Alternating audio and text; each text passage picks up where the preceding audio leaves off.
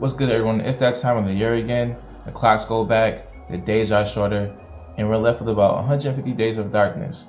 I actually don't know how many days of darkness we have exactly, but that sounds right to me. Anyway, a lot of people seem to suffer from seasonal depression or SAD, seasonal affective disorder. Now, I don't feel like memorizing the scientific definition of SAD, but just know this is a time period where a lot of us feel down, lousy, and just not our best selves due to lack of sunlight. And this is definitely true for a lot of us up north. Now, some people love the fall winter time and they rush this weather upon us, and I hate it because I'm a fall baby and I can't stand being cold. The only good thing about cold weather is I don't have to worry about dressing up all the time.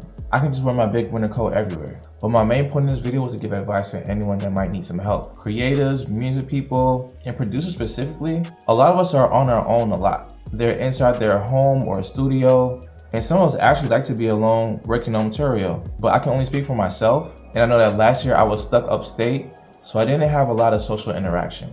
So it was just me, and it definitely got to me a little bit. So I want to make sure I can prevent myself from suffering, but if I am affected, it won't be too serious. So these are my tips to defeat seasonal depression this year. Number 1, since lack of sunlight is one of the main reasons that causes this, I'm going to invest in some vitamin D. My favorite vitamins right now are the ones by Ali. I use their melatonin gummies that help regulate my sleep schedule before.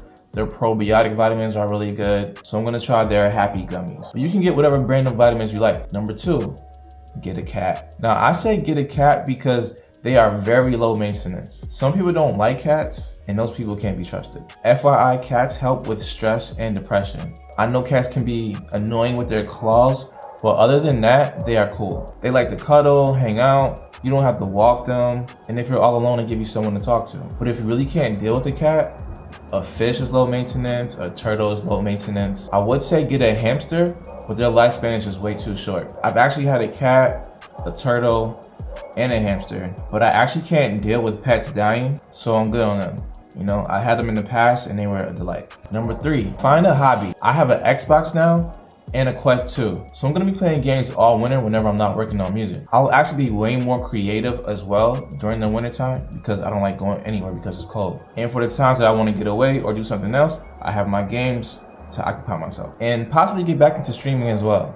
Number 4, go vacation somewhere hot if you can afford it. I say try to put a little money aside. I know holidays are coming up, so some of your money might be tied up, but maybe after January, February, you can find some time to get away, even if it's just for a few days. It could be somewhere close like Miami even, because that's where I plan on going soon. You might want to search for deals for cheap flights, but if you don't have enough money at the moment, that's okay. Just try tip number 5, and that is find yourself a hangout, a home away from home. You don't want to be cooped up all winter inside the crib. Trust me, I've done it already. Even though now I'm in a new apartment, and it has more than one room that I can walk into and I can breathe now, being home alone all winter is not the move. So I suggest finding a hangout spot that you can frequent. Do you like to read? Go to your nearest library and read. What's that? You say you don't have any friends? Okay, well, pool, bowling, movies, ice skating, those are 4 activities that you can do by yourself. You know, maybe once a week or every 2 weeks, you can find something to help you get out the house and get moving. Which leads us to our last tip.